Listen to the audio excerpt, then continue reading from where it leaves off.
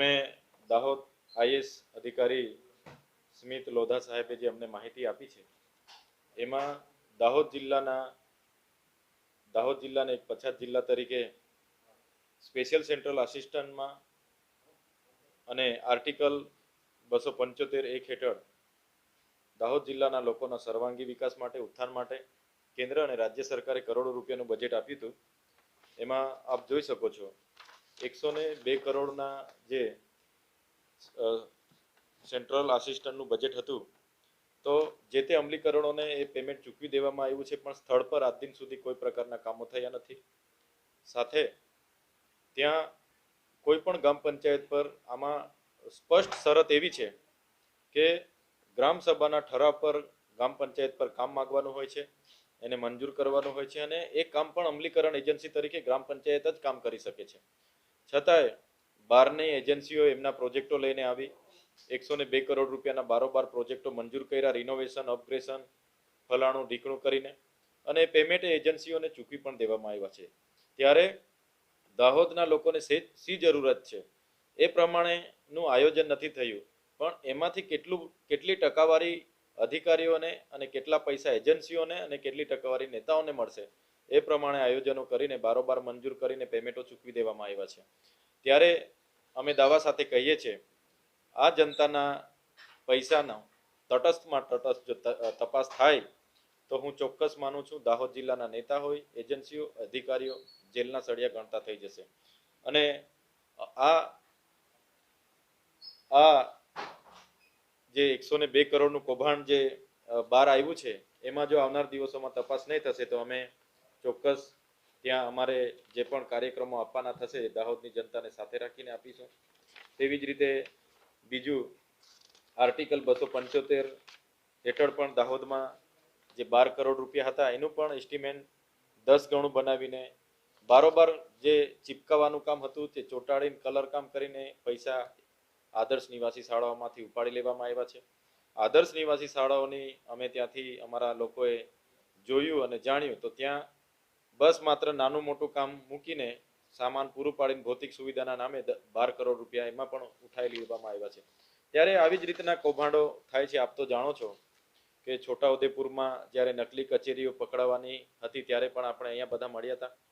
એવી રીતના ખૂબ મોટું કૌભાંડ દાહોદ જિલ્લામાં થાય છે।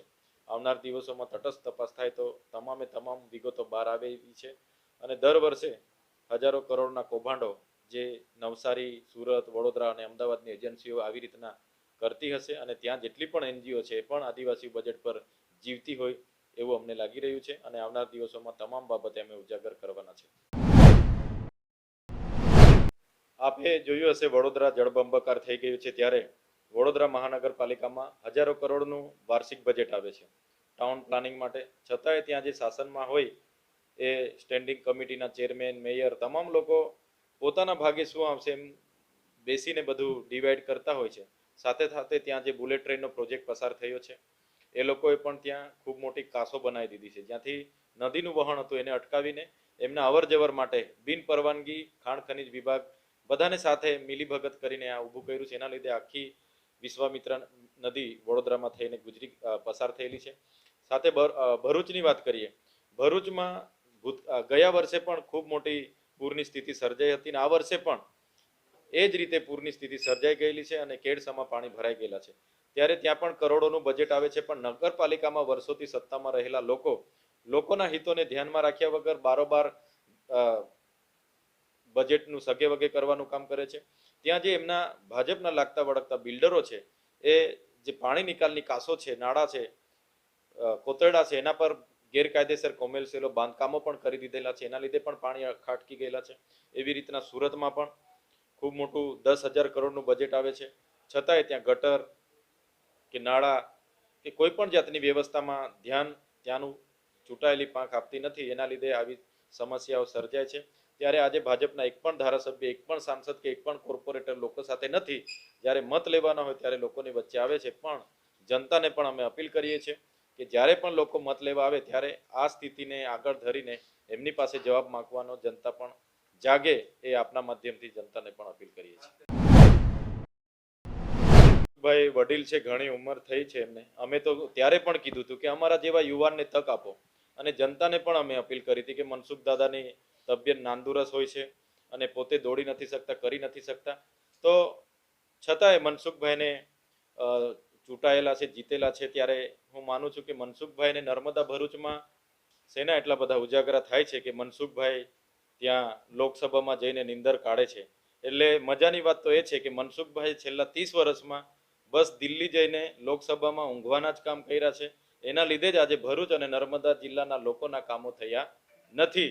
જ્યાં બેસીને મનસુખભાઈ બજેટની ચર્ચા થતી હોય, આજે નર્મદા જિલ્લામાં 98 શાળામાં એક શિક્ષક છે, શાળાઓના ઓરડાઓ નથી, હોસ્પિટલોમાં 50% સ્ટાફ નથી, અહીંયા નર્મદાનું પાણી સિંચાઈ માટે નથી, ત્યારે આવા ગંભીર મુદ્દાઓમાં બજેટની ચર્ચાઓ થતી હોય અને મનસુખભાઈ આરામથી ઊંઘ લેતા હોય, એટલે એ જ બતાવે છે કે માત્ર ને માત્ર પાર્ટીના સિમ્બોલ પર ચૂંટાઈને દિલ્હી જઈને આરામ કરવાનું, ત્યાંનું ટિફિન ખાઈને પાછું ગુજરાત આવી જવાનું. એટલે હવે લોકોએ વિચારવાનું છે કે આવનાર દિવસોમાં લોકો વચ્ચે રહેનારા, કામ કરનારા નેતાને લાવવા છે કે ત્યાં લોકસભામાં જઈને નિંદર કાઢવા.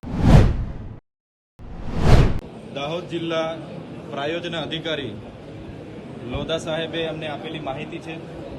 એ માહિતીના આધારે અમે દાહોદ જિલ્લા અમારી ટીમ સાથે તમામ કામોની ચકાસણી કરી છે.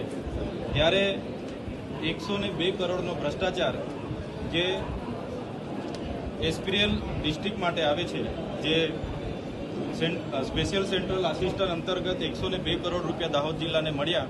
એમાં 102 કરોડ રૂપિયામાં કોઈ પણ પંચાયતનો ગ્રામસભાનો ઠરાવ લેવામાં નથી આવ્યો, કોઈ પણ જાતને નિવિદા પાડવામાં નથી આવી, અને એક સંદીપ શાહ કરીને નવસારીની એજન્સી છે એને બારોબાર 102 કરોડના કામો પધરાવી દેવામાં આવ્યા છે, કોઈ પણ ટેન્ડર વગર, કોઈ પણ નિવિદા વગર. અને આ તમામ કામોનું એસ્ટિમેટ 10 ગણું વધારે છે. જે વસ્તુ બજારમાં 20 રૂપિયાની મળે છે એ વસ્તુનો ભાવ આમાં 200 રૂપિયા છે. તેવી જ રીતે જે બંધારણની 275 કલમ અંતર્ગત જે 12 કરોડ રૂપિયા દાહોદ જિલ્લાના હતા, એ 12 કરોડ રૂપિયાના દાહોદ જિલ્લા આદર્શ નિવાસી શાળા અને એકલવ્ય મોડલ શાળામાં રિનોવેશન માટે ખર્ચો કરવામાં આવ્યો છે.